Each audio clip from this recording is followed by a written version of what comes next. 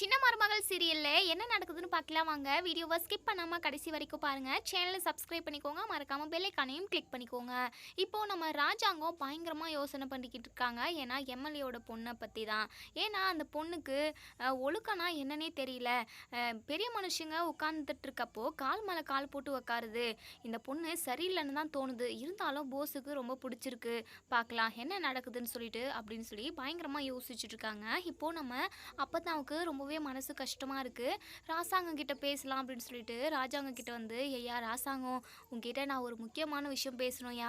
பாவம் அந்த மலர் பிள்ளை, அந்த பிள்ளையோட மனசை கொஞ்சமாவது நம்ம யோசித்து பார்க்கணும்ல, அவளோட வாழ்க்கையுமே நினச்சி பார்க்கணும்லன்னு சொல்லிட்டு நம்ம அப்பத்தா பாட்டுக்கு அவங்க பாட்டுக்கு பேசிக்கிட்டு இருக்கவும், இங்கே ராஜாங்கம் பயங்கர யோசனையிலேயே இருக்காங்க.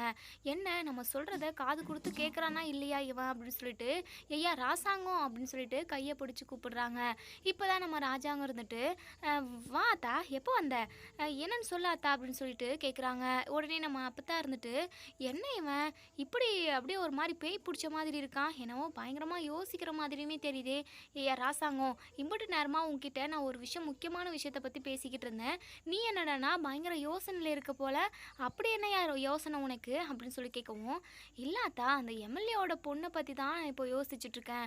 அந்த பொண்ணை பார்த்தா எனக்கு என்னமோ நல்ல பொண்ணு மாதிரியே தெரியல. அதான் ஏதாவது வில்லங்குது வந்துருமோன்னு சொல்லிட்டு கொஞ்சம் பதட்டமாக இருக்குது அப்படின்னு சொல்லி சொல்கிறாங்க. இங்கே நம்ம அப்பத்தாவுமே, இங்கே பாரியா எதுக்காக தேவையில்லாமல் அந்த அந்த பொண்ணெல்லாம் கல்யாணம் பண்ணிக்கிட்டு, பாவம் மலரோட வாழ்க்கையை கொஞ்சம் நினச்சி பார்த்து மலரையும் போஸையும் நம்ம ஒன்று சேர்த்து வைக்கலாம் ஏன் அப்படின்னு சொல்லி சொல்லுவோம்.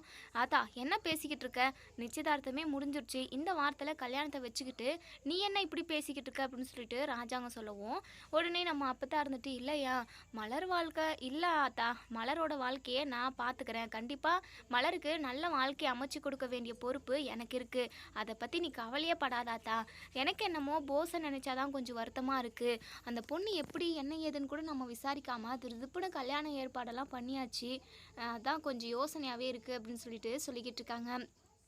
அதுக்கப்புறம் நம்ம தமிழ்ச்செல்வி வந்து காலேஜ் முடிச்சுட்டு வீட்டுக்கு வராங்க. ரொம்பவே பயங்கர சந்தோஷமாக வராங்க. ஏன்னா கிளாஸ்லே டாப்பில் வந்தாங்க இல்லையா எக்ஸாமில், அதனால் பயங்கர சந்தோஷம்.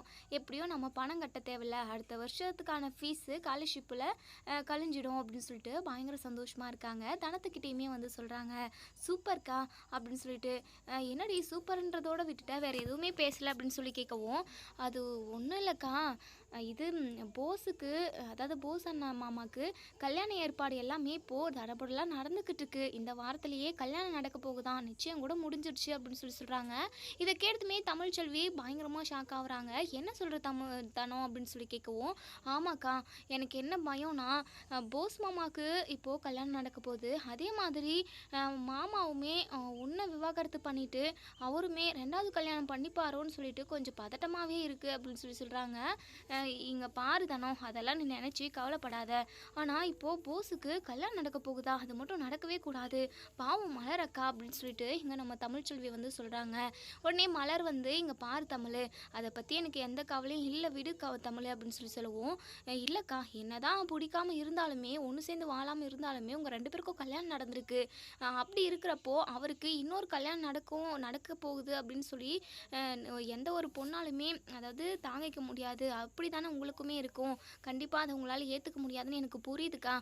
நம்ம எப்படியாவது அந்த கல்யாணத்தை தடுத்து நிறுத்திடலாம் அப்படின்னு சொல்லுவோம். வேண்டாம் தமிழ், வேண்டவே வேண்டாம், அது நடந்துட்டு போட்டோம் அப்படின்னு சொல்லிடுறாங்க.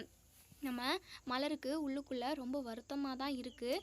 இருந்தாலும் வேறு வழி இல்லை, நம்மளை பிடிக்கலன்னு சொல்லிட்டு வேலைக்கு போனவங்க தானே அவங்க, அப்படியே இருந்துட்டு போகட்டும், நம்ம எதுக்காக அவங்களெல்லாம் நினச்சி கவலைப்படணுன்ற மாதிரி நம்ம மலர் வந்து அவங்களே மனசை அதாவது சமாதானப்படுத்திக்கிறாங்க. இன்னொரு சைடு இங்கே ஈஸ்வரியும் போஸும் அவங்க பொண்ணு, அதாவது ஈஸ்வரியோட பொண்ணு ரொம்பவே சந்தோஷமாக இருக்காங்க. ஈஸ்வரிக்கு பயங்கர சந்தோஷம். டே போஸு, சொத்தெல்லாம் எக்கச்சக்கமாக சேரும் போலடா, நமக்கு மொத்த சொத்தும் நமக்கு தான் வந்து சேரப்போகுது. 400 பவுன் நகை இருக்காண்டா, 400 பவுனை இது வரைக்கும் ஒட்டு மொத்தமாக சேர்த்து நான் எப்பவுமே பார்த்தது இல்லைடா. இந்த வீட்டில் 1 ரூபாய்க்கும் 2 ரூபாய்க்கும் அலமோதிக்கிட்டு இருக்க வேண்டியதாக இருக்குது. இந்த ராஜாங்க மாமா கிட்ட ஒவ்வொரு ரூபாய்க்கும் நம்ம காலில் விழுந்து கையில் விழுந்து வாங்கணும் அப்படின்ற சுச்சுவேஷன் தான்டா இந்த வீட்டில். ஆனால் நீ அந்த பொண்ணை கல்யாணம் பண்ணிட்ட அப்படின்னா 400 பவுன் நகை வரும், காரு காரு, சொத்து, பங்களா, வீடுன்னு சொல்லிட்டு நம்ம வாழ்க்கை ஓஹோன்னு போயிடும்டா போஸு. வேற லெவல்ரா. கடவுள் நமக்கு நல்ல வாய்ப்பை கொடுத்துருக்காரு. இதை நம்ம யூஸ் பண்ணிக்கணும்டா போஸு அப்படின்னு சொல்லிட்டு பயங்கர சந்தோஷமாக பேசிக்கிட்டு இருக்காங்க.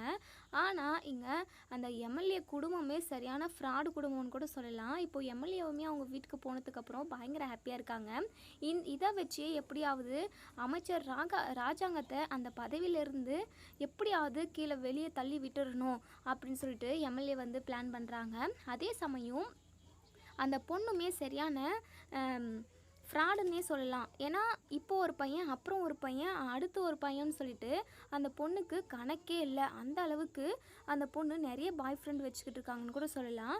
இப்போதைக்கு பிடிச்சிருக்கு, அப்புறம் பிடிக்கலன்னா நான் வேற ஒருத்தனை பார்த்துட்டு போயிடுவேன்ற மாதிரி தான் அந்த பொண்ணு வந்து சொன்னாங்க. அதாவது காவிய நந்தினி அவங்க பேர். காவிய நந்தினி அப்படிலாம் சொல்லியிருக்காங்க. ஒருவேளை அந்த பொண்ணு கண்டிப்பாக கெட்ட பொண்ணாக கூட இருக்கலாம். இப்போது போஸோட வாழ்க்கை தான் கெட போகுது. இப்போது போஸ் வந்து அந்த பொண்ணு கெட்ட பொண்ணாலுமே இருந்தாலுமே ஓகே தான்ற மாதிரி தான் இருப்பாங்க. ஏன்னா அவங்களுக்கு வந்து சொத்து, பணம், நகை இதுதான் ரொம்பவே வேணும். இதுக்காக மட்டும்தான் அந்த பொண்ணை கல்யாணம் பண்ணுறாங்கன்னு கூட நம்ம சொல்லலாம். பணத்தை எல்லாத்தையுமே ஏமாற்றி நம்ம எப்படியாவது வளைச்சி போடலான்ற ஒரு நம்பிக்கையில் தான் இங்கே ஈஸ்வரி, போஸ் எல்லாமே இருக்காங்க. இதெல்லாம் நினச்சி இங்கே நம்ம சாவித்திரிக்கும் தாமரைக்கும் பயங்கர கடுப்பாக இருக்குது. தாமரை இருந்துட்டு, அம்மா என்னம்மா 400 பவுன் நகைன்னு சொல்கிறாங்க. ஐயோ அப்பாடி, அம்புட்டு நகை எல்லாமே இந்த போஸ் பையனுக்கு தாம்மா வந்து சேரும். இவனுக்கெல்லாம் வந்துக்குது பாருமா வாழ்வு. நமக்கெல்லாம் இப்படி எப்பயாவது லாட்ரி சீட்டு அடிச்சிருக்கான். எப்படியாவது நான் சேது மாமாவை கல்யாணம் பண்ணிடலான்னு சொல்லிட்டு எம்புட்டோ திட்டம் போட்டோம். ஆனால் ஒரு திட்டம் கூட பழிக்கவே இல்லை. ஆனால் இந்த போஸுக்கு இப்படி ஒரு இடத்துல இருந்து கல்யாணமா? அவன் ரொம்பவே வாழ்க்கையில் செட்டில் ஆகிடுவாம்மா. இதை மட்டும் நடக்கவே விடக்கூடாதுமா அப்படின்னு சொல்லிட்டு தாமரை சொல்கிறாங்க. இங்கே நம்ம சாவித்திரியுமே, ஆமாம் தாமரை, கண்டிப்பாக நான் இந்த கல்யாணத்தை நடக்கவே விடமாட்டேன். அது மட்டும் இல்லாமல் நீ ஒரு விஷயம் கவனிச்சியா? ராஜாங்க அண்ணன் முன்னாடியே அந்த பொண்ணு கால் மேலே கால் போட்டு உட்காருது.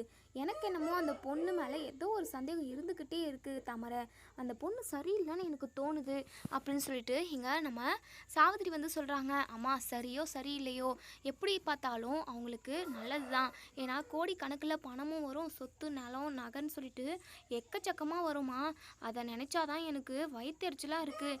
நமக்கு எதுவுமே இப்படியெல்லாம் அமைச்சதே இல்லை அப்படின்னு சொல்லிட்டு இங்கே தாமரை வந்து பயங்கர பொறாமையில இருக்காங்க. அதுக்கப்புறம் இங்கே நம்ம கருப்பு வந்து சிசிடிவி கேமராவை சும்மா எப்பயுமே மாதத்துக்கு ஒரு டைமு செக் பண்ணி பார்ப்பாங்க என்ன நடந்திருக்கு, யாரெல்லாம் வீட்டுக்கு வெளியே வந்திருக்காங்கன்னு சொல்லிட்டு. ஏன்னா நம்ம ராஜாங்க வீட்டு முன்னாடி வந்து சிசிடிவி கேமரா ஃபுட்டேஜ் வந்து இருக்குது. அந்த கேமராவில் பார்க்குறாங்க பட்டாசை வந்து வேணும்னே கொளுத்தி போடுறது இங்கே போஸு தான்ற விஷயம் வந்து நம்ம கருப்புக்கு தெரிஞ்சிருது.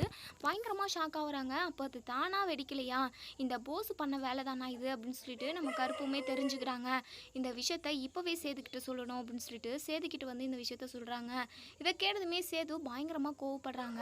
அவனை சும்மாவே விட மாட்டேன் அப்படின்னு சொல்லிட்டு பயங்கரமாக அடி வெளுத்து வாங்கணும்னு சொல்லிட்டு போஸ் கிட்ட போயிட்டு பல்லார்னு செம்மாற அப்படியே அடிச்சுக்கிட்டே இருக்காங்க. போஸ் இருந்துட்டு, அண்ணா எதுக்கு நான் என்னை அடிச்சுக்கிட்டே இருக்கேன், என்னன்னு கூட சொல்லாமல் நீ பாட்டுக்கு வந்த, நீ பாட்டுக்கு அடிக்கிற அப்படின்னு சொல்லிட்டு இங்கே போஸ் வந்து கேட்கவும் நம்ம ஈஸ்வரியுமே கேட்குறாங்க. என்ன செய்து என் புள்ளியை போட்டு மாட்டை அடிக்கிற மாதிரி அடிக்கிற, இதெல்லாம் பார்த்துக்கிட்டே என்னால் சும்மாலாம் இருக்க முடியாது அப்படின்னு சொல்லி சொல்கிறாங்க. உடனே இங்கே சேது இருந்துட்டு, இவன் பண்ண வேலைக்கு வேற என்ன பண்ண சொல்கிறீங்க? மற்றவங்க எல்லாருமே நல்லா இருக்கணும்னு நினைக்கணும். அப்படி நினைக்கலனாலுமே பரவாயில்ல, கெடுதல் செய்யாமல் இருக்கணும். இவன் என்ன வேலை பண்ணி வச்சுருக்கான்னு உங்களுக்கு தெரியுமா அப்படின்னு சொல்லி கேட்கவும், அப்படி என்ன தான் செஞ்சான் சொல்லிட்டு தான் பேசு அப்படின்னு சொல்லிட்டு இங்கே ஈஸ்வரி வந்து கேட்கவும் சேது வந்து எல்லா விஷயத்தையும் சொல்கிறாங்க. அன்றைக்கி எல்லாரும் பட்டாசு வெடிச்சுக்கிட்டு இருந்தப்போ அதாவது அந்த பெட்டிக்குள்ளே இருந்த பட்டாசு எல்லாத்தையுமே வெடிக்க வச்சது இந்த போஸ் தானே அப்படின்னு சொல்லவும், இதை கேட்டதுமே இங்கே ஈஸ்வரியும் போஸும் பயங்கரமாக ஷாக் ஆகுறாங்க. இந்த விஷயத்தை எப்படி கண்டுபிடிச்சாங்க அப்படின்னு சொல்லிட்டு, ஐயோ மாட்டோம் அப்படின்னு சொல்லிட்டு, இப்போ வரைக்குமே இவன் திருந்தலைன்னா நான் நினைக்கிறேன் அப்படின்னு சொல்லிட்டு இங்கே நம்ம சேது வந்து சொல்கிறாங்க. இந்த விஷயத்தை நான் இப்படியே விட போகிறதில்ல அப்படின்னு சொல்லிட்டு நம்ம சேது ராஜாங்கங்கிட்ட இந்த விஷயத்த சொல்லவும் ராஜாங்கம் பயங்கரமாக கோவப்படுறாங்க. உடனே போஸை வர சொல்லு அப்படின்னு சொல்லவும் போஸும் வந்து நிற்கிறாங்க. பெரியப்பா அது வந்து பேசாதனே அப்படின்னு சொல்லிட்டு பல்லார்னு ஒரு அற விடுறாங்க. மற்றவங்களோட உயிரோட தான் விளையாடுவியா? உனக்கு கொஞ்சம் கூட அறிவுன்றது எதுவுமே இல்லையா? எதுக்காக நீ பட்டாச கொளுத்தி போட்ட? அங்க உள்ளவங்க எல்லாருமே செத்து போகணுன்றதுக்காகவா? எதுக்காக இவ்ளோ கீழ்த்தரமான புத்தி உனக்கு? நம்ம குடும்பத்துல இவ்ளோ பெரிய குடும்பத்துல பொறந்துட்டு, நீ இப்படி கீழ்த்தரமா நடந்துக்கணும்னு நான் கொஞ்சம் கூட எதிர்பார்க்கல. முன்னாடி தான் பொறுக்கித்தனம் பண்ணிக்கிட்டு இருந்த அப்படின்னு சொல்லிட்டு, உன்ன வீட்ட விட்டே விலக்கி வச்சிருந்தேன். சரி, அப்புறம் குடும்பத்தில் உள்ள எல்லாரையும் என்னையும் காப்பாத்தினன்றதுக்காக இந்த வீட்டுக்குள்ளே திரும்பவும் உன்னை நான் கூட்டிகிட்டு வந்தேன். அந்த நன்றி கூட கொஞ்சம் கூட இல்லாமல் இப்போது நீ எல்லாரையும் கொல்றதுக்காக பிளான் பண்ணிட்டியா அப்படின்னு சொல்லவும் போஸ் இருந்துட்டு, ஐயோ பெரியப்பா அப்படியெல்லாம் இல்லை, அது வந்துன்னு சொல்லிட்டு திக்கி திணறாங்க. இங்கே ஈஸ்வரி இருந்துட்டு, இங்கே பாருங்க மாமா, கண்டுபடி என் பிள்ளைய போட்டு அடிக்காதீங்க, அவன் ஏதோ தெரியாமல் பண்ணிட்டான் அப்படின்னு சொல்லவும், என்ன இது தெரியாமல் பண்ணுற விஷயமா, இவனா குழந்தையா என்ன அப்படின்னு சொல்லிட்டு பயங்கரமாக கோவப்படுறாங்க. அதே சமயம் நம்ம சேதுவுமே சொல்கிறாங்க, அப்பா எனக்கு என்னமோ இவன் காட்டுக்கெல்லாம் வந்து அந்த மருந்தை கொண்டு வந்திருக்குவான்னு எனக்கு நம்பிக்கையே இல்லை. நான் அந்த சித்தரை திரும்பவும் பார்த்தேன்ப்பா. அந்த சித்தர் இருந்துட்டு அங்கே காட்டுக்குள்ளே ஒரு பைத்தியக்காரன் மாதிரி ஒருத்தவங்க, அதாவது மருந்து தேடி போய் அப்படியே ஒரு மாதிரி பித்து பிடிச்ச மாதிரி அந்த காட்டுக்குள்ளேயே அலைஞ்சிக்கிட்டு இருப்பாங்க. அவங்க தான் என்கிட்ட இந்த விஷயத்த சொன்னாங்க. தமிழ்ச்செல்வி தான் மருந்தை ரொம்பவே கஷ்டப்பட்டு எடுத்திருக்கா போல. அந்த அந்த மருந்தை வந்து எடுத்துகிட்டு வந்தால் நமக்கு நல்ல பேர் கிடைக்குமேன்றதுக்காக தான் இந்த போஸு தமிழ்ச்செல்வி மண்டையில் ஒரு கட்டையை எடுத்து அடிச்சுட்டு தமிழ்ச்செல்வியை மயக்கம் போட வச்சுட்டு தமிழ்ச்செல்வி கிட்ட இருந்து மருந்தை பிடுங்கிட்டு வந்திருக்கான் பையன் அப்படின்னு சொல்லிட்டு எல்லா விஷயத்தையுமே சொல்கிறாங்க. இந்த விஷயம் வந்து ரீசெண்டாக தான் நம்ம சேதுக்கே தெரிய வந்தது. ஏன்னா ஒரு வேலை விஷயமா அந்த சைடு போயிருப்பாங்க, அதனால் அப்படியே தெரிஞ்சுக்கிட்டாங்க. இதை கேட்டதுமே நம்ம சேதுமே பயங்கர அதிர்ச்சி தான். இப்போது ராஜாங்கத்துக்கு பயங்கரமாக கோவம் வருது. அப்போது நீ இப்போ வரைக்குமே திருந்தவே இல்லையா? இனிமேல் நீ இந்த வீட்லேயே இருக்கக்கூடாது, உனக்கு கல்யாணம் ஒரு கேடா, கல்யாணமும் இல்லை உனக்கு அப்படின்னு சொல்லிட்டு நம்ம ராஜாங்கம் வந்து அதிரடியான ஒரு முடிவு எடுக்கிறாங்க. அந்த முடிவை கேட்டு இங்கே ஈஸ்வரி பயங்கரமாக ஷாக் ஆகுறாங்க. என்னம்மாம்மா நீங்கள் இது சேது சொல்கிறதெல்லாம் உண்மை இல்லை, அவன் ஏதோ அவள் பொண்டாட்டிக்காக இப்படியெல்லாம் வலிஞ்சு கட்டிக்கிட்டு பேசிக்கிட்டு இருக்கான், இதெல்லாம் நம்பாதீங்க மாமா. என் பையன் உண்மையாகவே மருந்து கண்டுபிடிச்சி கொண்டு வந்தான் அப்படின்னு சொல்கிறாங்க. என் பையன் உண்மையை தான் சொல்லுவான் ஈஸ்வரி, தேவையில்லாமல் நீ ஏதாவது பேசி நீயும் இந்த வீட்டை விட்டு வெளியே போகிற மாதிரி சுச்சுவேஷன் வந்துடும், தேவையில்லாமல் நீ எதுவும் பேசாமல் வாயை மூடிக்கிட்டு இரு அப்படின்னு சொல்லிட்டு இங்கே ராஜாங்க வந்து சொல்கிறாங்க. போஸுக்கு வேறு வழியே இல்லை, வீட்டை விட்டு போயே ஆகணும் அப்படின்றதுனால அங்கேருந்து வீட்டை விட்டு வெளியே போயிடுறாங்க. தாமரையும் இங்கே சாவித்திரியும் பயங்கர சந்தோஷமாக இருக்காங்க. அம்மா நம்ம நினைக்காமவே நல்ல நல்ல விஷயமெல்லாம் நடக்குதுமா, எப்படியாவது இந்த கல்யாணத்தை தான் தடுத்து நிறுத்தணும்னு நினச்சேன், ஆனால் அந்த போஸே வீட்டை விட்டு வெளியே அனுப்பிட்டாரு மாமா அப்படின்னு சொல்லிட்டு தாமரை பயங்கரமாக சந்தோஷப்படுறாங்க. இப்போது நம்ம ராஜாங்க வந்து தமிழ்ச்செல்வியை வீட்டுக்கு கூட்டிகிட்டு வர சொல்கிறாங்க. தமிழ்ச்செல்வி கிட்ட கேட்குறாங்க, ஆமாம் நீ மருந்து கண்டுபிடிச்சியா அப்படின்னு சொல்லி கேட்கவும், ஆமாங்க மாமா, காட்டுக்குள்ளே அம்புட்டு கஷ்டப்பட்டு என் ரத்தத்தெல்லாம் சிந்தி அந்த பூச்சிங்களெல்லாம் கொண்டுட்டு அதுக்கப்புறம் மருந்தை கொண்டு வந்தேன், மருந்து கிடச்சிருச்சுன்னு சொல்லிட்டு ரொம்பவே சந்தோஷமாக சேது மாமா கூடவே போயிடலான்னு சொல்லிட்டு சேது மாமாவை கூப்பிட்டேன். அப்போ தான் இந்த யாரோ பின்னாடி இருந்து அடித்த மாதிரி இருந்தது. அதுக்கப்புறம் மயங்கி விழுந்துட்டேன். அதுக்கப்புறம் முழிச்சு பார்த்தா நான் கேம்பில் இருந்தேன். அந்த மருந்து என்னாச்சு ஏதாச்சுன்னு கூட இப்போ வரைக்குமே என்னால் கண்டுபிடிக்க முடியல மாமா. அந்த மருந்தை எல்லாத்தையுமே நல்ல பேர் எடுத்துக்கணுன்றதுக்காக இந்த போஸ் தான் எடுத்துகிட்டு வந்திருக்கான் போல அப்படின்னு சொல்லிட்டு சொல்கிறாங்க. உடனே நம்ம ராஜாங்க இருந்துட்டு, கஷ்டப்பட்டு மருந்து அந்த பூச்சிக்கிட்ட இருந்து நீ எடுத்துகிட்டு வந்திருக்க, ஆனால் கிடைக்க வேண்டிய நல்ல பேர் எல்லாமே உனக்கு கிடைக்காம அந்த போஸுக்கு கிடைச்சிருக்கு. அந்த போஸ் தான் நான் எல்லாரோட உயிரையும் காப்பாற்றினா, அதே சமயம் என் உயிரையும் காப்பாற்றினான்னு சொல்லிட்டு அவனை நான் கடவுள் மாதிரி வணங்கிக்கிட்டு இருந்தேன்.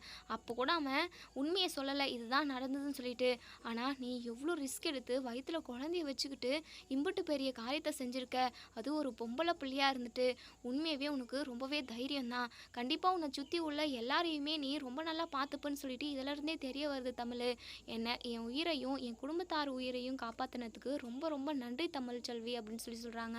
ஐயோ மாமா, எதுக்காக பெரிய பெரிய வார்த்தையெல்லாம் பேசுகிறீங்க, வேண்டாம் மாமா, இப்படியெல்லாம் பேசாதீங்க மாமா அப்படின்னு சொல்லிட்டு நம்ம தமிழ்ச்செல்வி வந்து சொல்கிறாங்க. நம்ம சேதுக்குமே தமிழ்ச்செல்வி மேலே ஒரு நல்ல அபிப்பிராயம் வருதுன்னு கூட சொல்லலாம்.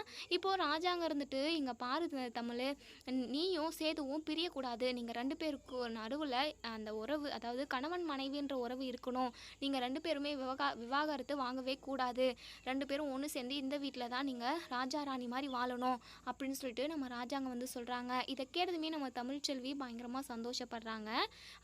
அந்த சந்தோஷப்படுற நேரத்தில் தாங்க சேது வயிற்றில் வளர குழந்தைக்கும் எனக்கும் எந்த சம்மந்தமும் இல்லைன்ற விஷயம் அவங்களுக்கு, அதாவது நம்ம சேது சொன்னாங்க இல்லையா, அது வந்து ஞாபகத்துக்கு வருது.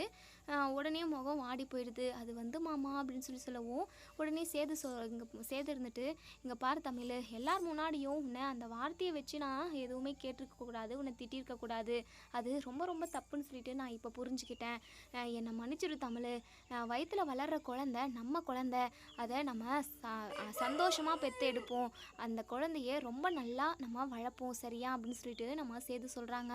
இப்போ தான் நம்ம தமிழ்ச்செல்விக்கு முழு மனசுமே ஒரு பயங்கர சந்தோஷமாக இருக்காங்க. இந்த மாதிரி நடக்கும்னு சொல்லிட்டு கொஞ்சம் கூட அவங்க எதிர்பார்க்கவே இல்லை.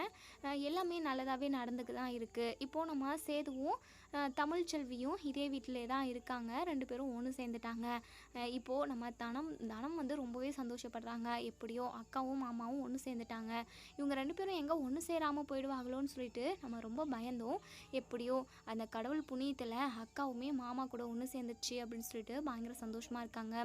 இப்போது தமிழ்ச்செல்வி மலரை நினச்சி தான் ரொம்பவே வருத்தப்படுறாங்க. நம்ம ஒன்று சேர்ந்துட்டோம், ஆனால் அக்காவோட வாழ்க்கை இப்படி இருக்கே அப்படின்னு சொல்லிட்டு ரொம்பவே ஃபீல் பண்ணுறாங்க. அக்காவோட வாழ்க்கைக்குமே ஏதாவது நம்ம ஒரு நல்லது செய்யணும், இப்படியெல்லாம் அக்காவை விடக்கூடாது அப்படின்னு சொல்லிட்டு நினைக்கிறாங்க. இப்போது சேதுவும் தமிழ்ச்செல்வியும் ஒன்று சேர்ந்ததுனால இங்கே தாமரை, ஈஸ்வரி, இது சாவித்திரி இவங்க எல்லாருமே பயங்கர டென்ஷனில் இருக்காங்க. என்ன இந்த தமிழ்ச்செல்வி வீட்டுக்குள்ளே வந்துட்டா, அதுவும் ராஜா ராணின்னு சொல்லிட்டு என்னென்னமோ அண்ணன் சொல்லுது அப்படின்னு சொல்லிட்டு சாவித்திரி பயங்கர கடுப்பில் இருக்காங்க. இப்போது தாமரை இருந்துட்டு, அம்மா என்னம்மா இதெல்லாம், சேது மாமாவை எப்படியாவது கல்யாணம் பண்ணிடலான்ற ஒரு நம்பிக்கையில் தான் நான் இப்போ வரைக்குமே இங்கே இருக்கேன். ஆனால் அது எப்போவுமே நடக்காது போலம்மா. இந்த தமிழ்ச்செல்வி உயிரோடு இருக்கிற வரைக்குமே இது எதுவுமே நடக்காது அப்படின்னு சொல்லவும் சாவித்திரி சொல்கிறாங்க, இங்கே பாரு தாமரை, தமிழ்ச்செல்வி உயிரோடெல்லாம் இருந்துட்டு போகிறா, ஆனால் அவள் குழந்தை உயிரோடு இருக்கக்கூடாது. குழந்தைய வச்சு தான் இப்போதைக்கு அவன் இந்த வீட்டுக்குள்ளே இருக்கலாம். ஏன்னா இப்போது குழந்தைய கலைச்சிட்டோம், அதாவது நம்ம வந்து ஏதாவது மருந்து கொடுத்து கலைச்சிடலாம். அதுக்கப்புறம் இங்கே தமிழ்ச்செல்வி இந்த வீட்டில் இருக்கவே முடியாது. ஏன்னா தானாலாம் குழந்தை அழியல, மருந்து சாப்பிட்டு தான் அழிஞ்சிச்சு அப்படின்னு சொல்லிட்டு டாக்டர் மூலமாக தெரிய வரும். தமிழ்ச்செல்வி தான் காரணம்னு சொல்லிட்டு நம்ம திருப்பி விட்டுடலாம். குழந்தைய கொல்றதுக்கு கூட இவ துணிஞ்சிட்டாலே, இனிமேல் இவ இந்த வீட்டிலே இருக்கக்கூடாதுன்னு ராஜாங்க அண்ணமும் சொல்லிடும் தாமரை அப்படின்னு சொல்லிட்டு இங்கே சாவித்திரி ஒரு ஐடியா சொல்கிறாங்க. சூப்பர்மா அப்படின்னு சொல்லிட்டு, அம்மா அந்த கருக்கலைப்பு மருந்து எங்கே இருக்கும் அப்படின்னு சொல்லி கேட்கவும், ஏய் கடையில் தான் இருக்கும், நான் வாங்கிட்டு வர சொல்கிறேன் இருடி, ஒருத்தவங்க எனக்கு தெரிஞ்சவங்க இருக்காங்க, நர்ஸாக தான் இருக்காங்க, அந்த நர்ஸ்கிட்ட நான் கேட்குறேன் அப்படின்னு சொல்லிட்டு இங்கே அவங்களுக்கு கால் பண்ணி கேட்குறாங்க. எதுக்காக, அதெல்லாம் நாங்கள் யாரும் டாக்டர் அனுமதி இல்லாமல் இதெல்லாம் நாங்கள் கொடுக்க மாட்டோம் அப்படின்னு சொல்லவும், ஒரு வழியாக இங்கே சாவித்திரி வந்து அது இதுன்னு சொல்லி பேசி அந்த மருந்தை வந்து வாங்கிட்டு வந்து பாலில் கலக்கி மிக்ஸ் பண்ணி எப்படியாவது தமிழ்ச்செல்விக்கு கொடுத்துடணும் அப்படின்னு சொல்லிட்டு நினைக்கிறாங்க. இப்போது நம்ம அதாவது சேது வந்து தமிழ்ச்செல்வியை வந்து ரொம்பவே நல்லா கவனிச்சுக்கிறாங்க. ப்ரெக்னெண்ட்டாக இருக்கிறதுனால டெய்லியுமே நைட்டில் பால் காய்ச்சி கொண்டு போவாங்க. பால் நல்லாவே காஞ்சிருக்கு, அது ஆறட்டும்னு விட்டுட்டு போயிருப்பாங்க. அதில் இந்த அதாவது அந்த கருக்கலைப்பு பவுட்ரை வந்து போட்டு விட்டுடுறாங்க. இப்போது சேதுவுமே அந்த பாலை வந்து மிக்ஸ் பண்ணி நம்ம தமிழ்ச்செல்விக்கு கொண்டு போகிறாங்க. நம்ம சேது வந்து தமிழ்ச்செல்விக்கிட்ட போயிட்டு, இங்கே பாரு தமிழ், நீ இந்த பாலை சமத்தாக குடிச்சிடணும் சரியா? நம்ம குழந்தை ரொம்பவே ஆரோக்கியமாக இருக்கும். நான் சொல்கிறது எல்லாமே நீ செய்யணும். 1 ஹவருக்கு ஒரு டைமு ஜூஸ் குடிச்சிக்கிட்டே இருக்கணும். ஃப்ரூட் ஜூஸ் தான், நானே ஃப்ரெஷ்ஷாக அரைச்சி கொடுப்பேன் ஓகேவா? அது மட்டும் இல்லாமல் நீ நிறைய வேலைலாம் கஷ்டப்பட்டு செய்ய வேண்டாம். ஹோட்டலுக்கு வேலைக்கு போயிட்டு இருந்தல, அந்த வேலையும் போகவே வேண்டாம் அப்படின்னு சொல்கிறாங்க. இல்லைங்க, நான் என் வேலையை பார்த்துக்கிறேன் அப்படின்னு சொல்லுவோம். என்ன தமிழ், இப்போவுமே அப்போது என்ன பிரித்து தான் பேசுகிறல்ல, உன்னோட புருஷனா நீ இப்போ வரைக்குமே என்னை ஏற்றுக்கல தானே அப்படின்னு சொல்லிட்டு சொல்லவும், அப்படியெல்லாம் இல்லைங்க அப்படின்னு சொல்லவும், இங்கே பார் தமிழ், என் மேலே உனக்கு பாசமும் அக்கறையும் இருக்குன்னு சொல்லிட்டு நீ நினைக்கிற, அது உண்மை அப்படின்னா நான் சொல்கிறத தான் நீ கேட்குறோம் அப்படின்னு சொல்லிட்டு சேது சொல்கிறாங்க. சரிங்க அப்படின்னு சொல்லிட்டு சொல்லவும், அப்போ தான் நம்ம தமிழ்ச்செல்வியோட அம்மா கால் பண்ணுறாங்க. தமிழ் எப்படி இருக்க தமிழ், அம்மா சமைச்சு முடிச்சிட்டியா, இன்றைக்கி வேலைக்கு போயிட்டு வந்தியா அப்படின்னு சொல்லி கேட்கவும், அம்மா இனிமேல் நான் வேலைக்கும் போக மாட்டேம்மா அப்படின்னு சொல்லவும், ஏன்டி அப்படின்னு சொல்லி கேட்குறாங்க. வீட்டில் நடந்த எல்லா விஷயத்தையும் சொல்ல அவங்க பயங்கரமாக சந்தோஷப்படுறாங்க. தமிழ், இதெல்லாம் கேட்குறதுக்கே காதில் அப்படியே தேன் வந்து பாயிற மாதிரி இருக்குடி, இதெல்லாம் நடந்துடாதான்னு சொல்லிட்டு நான் எத்தனை நாள் நினச்சிருக்கேன் தெரியுமா? ரொம்ப மனசுக்கு சந்தோஷமாக இருக்குடி மயில். இது அதுக்கப்புறம் நம்ம சேது இருந்துட்டு, சரி தமிழ்ச்செல்வி நீ படுத்து தூங்கு, நான் கொஞ்சம் வேலை இருக்குது வெளியே போயிட்டு வந்துடுறேன் அப்படின்னு சொல்லவும், என்னங்க நீங்கள் இந்நேரத்துக்கு என்ன வேலை இருக்குது உங்களுக்கு, நீங்கள் இங்கே தான் இருக்கணும், நான் இந்த நைட்லலாம் உங்களை வெளியே அனுப்ப மாட்டேன் அப்படின்னு சொல்லவும், என்னடி ஓவராக தான் கண்டிஷன் போடுற புருஷனுக்கு அப்படின்னு சொல்லவும், ஆமாம் அப்படின்னு கூட எடுத்துக்கோங்க, நான் என் புருஷனுக்கு கண்டிஷன் போடுவேன், நான் போட்ட கண்டிஷனுக்கு என் புருஷன் மதிக்கணும் அப்படின்னு சொல்கிறாங்க. இதோட இந்த ரிவ்யூ முடியுது. இதுக்கப்புறம் என்ன நடக்க சொல்லி வெயிட் பண்ணி பார்ப்போம் ஃப்ரெண்ட்ஸ். வீடியோ பிடிச்சிருந்தா லைக் பண்ணி கமெண்ட் பண்ணி தருவீங்க. தேங்க்யூ.